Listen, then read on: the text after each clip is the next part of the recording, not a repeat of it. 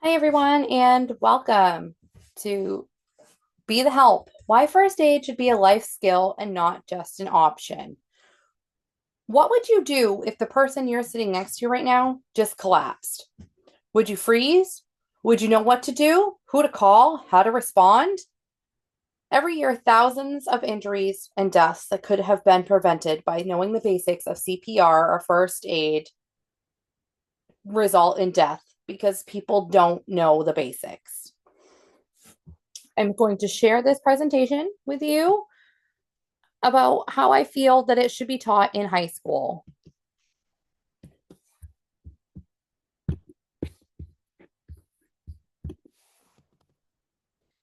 The vital role of it being taught in school, it helps students with critical thinking. It gives them the opportunity to be able to respond in an emergency, and it also builds confidence, and they would know what to do in a life-threatening situation. It could happen anytime, anywhere, to anyone. They could be at home with a family member. They could be out with friends. It's just important information to know. During a sporting event or a party or a dance, high school students are usually the first ones on the scene. They don't necessarily know what to do, so they freeze. If they know what to do, they are able to help save a life.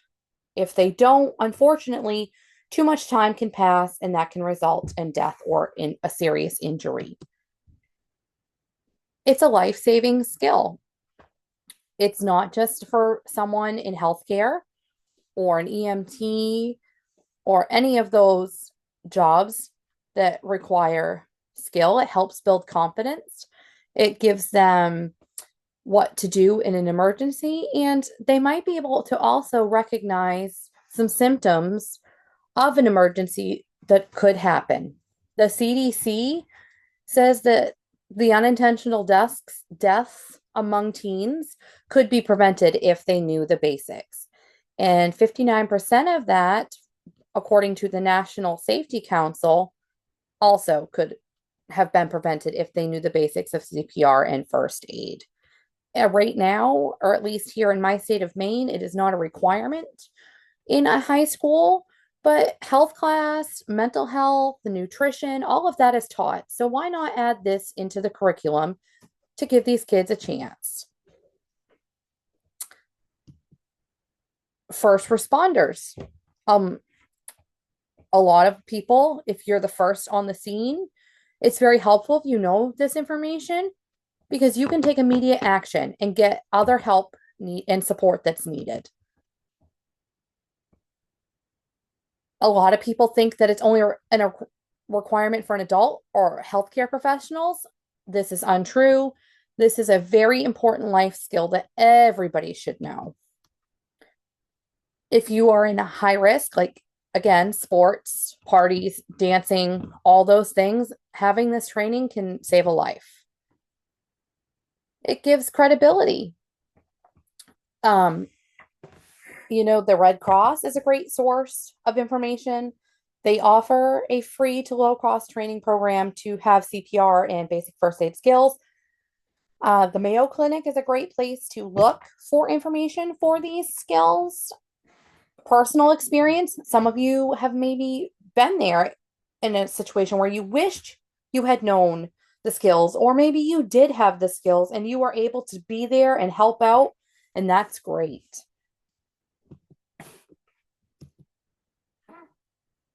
What would you do? Ask yourself, what would you do? Say you're eating lunch and the friend next to you starts choking. Everybody freezes around you because they don't know what to do. Nobody knows the Heimlich, not sure what to do. But so everybody just stands there and waits for help.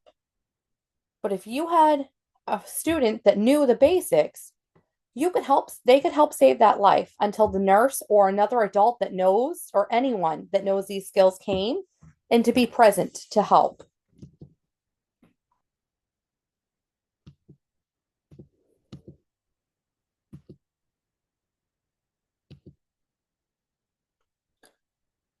There's a lot of charts that are available online that could provide visual aids There's step-by-step guides that could be hung up throughout your, say, your workplace or the school.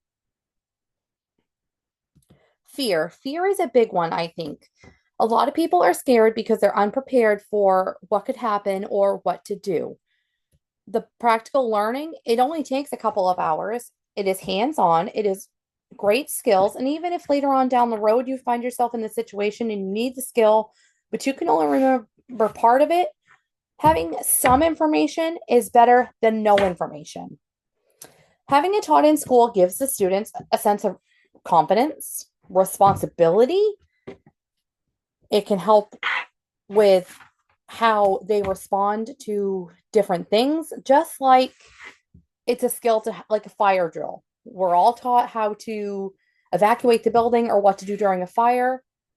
The same steps can apply to the basics of CPR and first aid.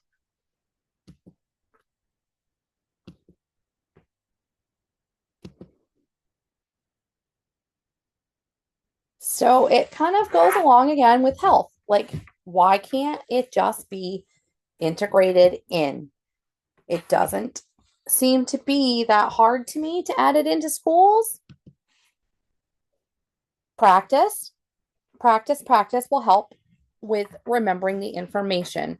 There are some great tools out there that we can use. A lot of them are online now, so you can do it with the convenience of your time. And advocate to get first aid. It's not just, again, healthcare professionals. Everybody should know these things. You can sign a petition. You could go to the school board. You could go to the school administrators and discuss your concerns about this and benefits of how this would work. You could also take the class yourself and possibly ask the administrators if you could print out a flyer to hang up so that other people are aware that this information is out there. It's a life-saving skill. These are some great sources for information. The American Red Cross, the CDC, the Mayo Clinic, the National Safety Council, and one I stumbled on is St. John's Ambulance Crew. Wonderful resources to look up anything you need to know. They can answer any questions that you may have. They can get you information on trainings. If you are CPR certified, it does expire. So you do have to do a renewal process. They are great resources on how you can get that renewed.